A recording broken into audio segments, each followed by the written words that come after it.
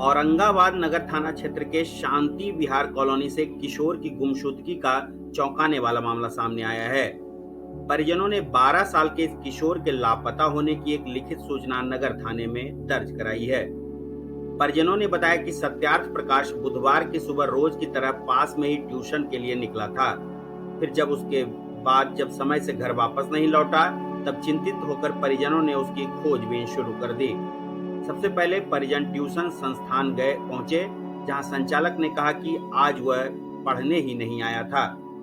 घबराए परिजनों को कई जगहों पर खोजबीन के बाद भी जब उसका पता नहीं चल सका, तब थके हारे परिजन टाउन थाना पर पहुंचे और इस बारे में एक मामला दर्ज कराया।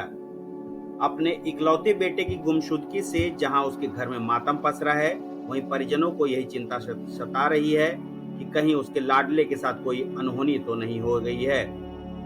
परिजनों को एक सीसीटीवी फुटेज भी हाथ लगा है, जिसमें अंतिम बार उसे बुलेट एजेंसी के पास वाली गली के रास्ते की तरफ जाते हुए देखा गया है। फिलहाल परिजनों ने उसे सकुशल पहुंचा देने का संदेश भी जारी किया है, जिसमें कहा गया है कि सकुशल पहुंचाने वाले को उचित इनाम भी दिया जाएगा। आइए पिता अशोक कुमार सिंह की बात सुनते हैं। औरंगाबाद नगर थाना क्षेत्र के शांति विहार कॉलोनी से किशोर की गुमशुदगी का चौंकाने वाला मामला सामने आया है।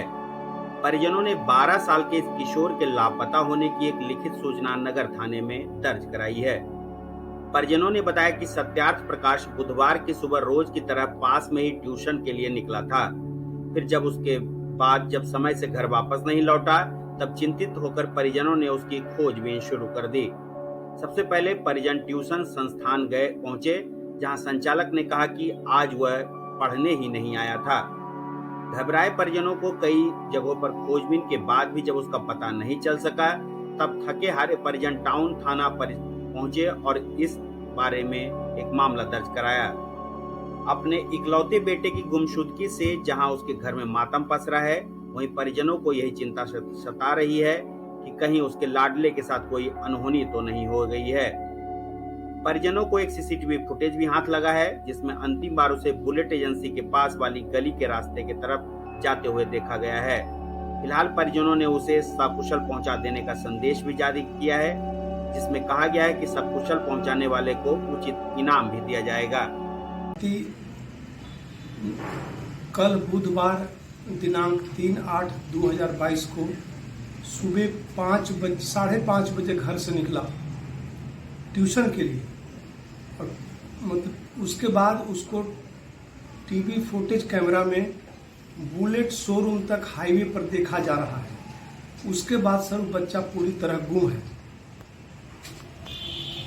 क्या क्या किए आप लोगों ने अभी तक? हम लोग सर थाना में भी इंफॉर्मेशन दे दिए रात्रि 8 बजे के आसपास कि मेरा बच्चा मतलब गुम हो गया है, हुजूर खोजने का प्रयत्न किया जाए। कितना उम्र था बच्चे का? उसका उम्र सर 12 साल है। नाम सत्रत प्रताप सिंह है, उर्फ गोपाल जी।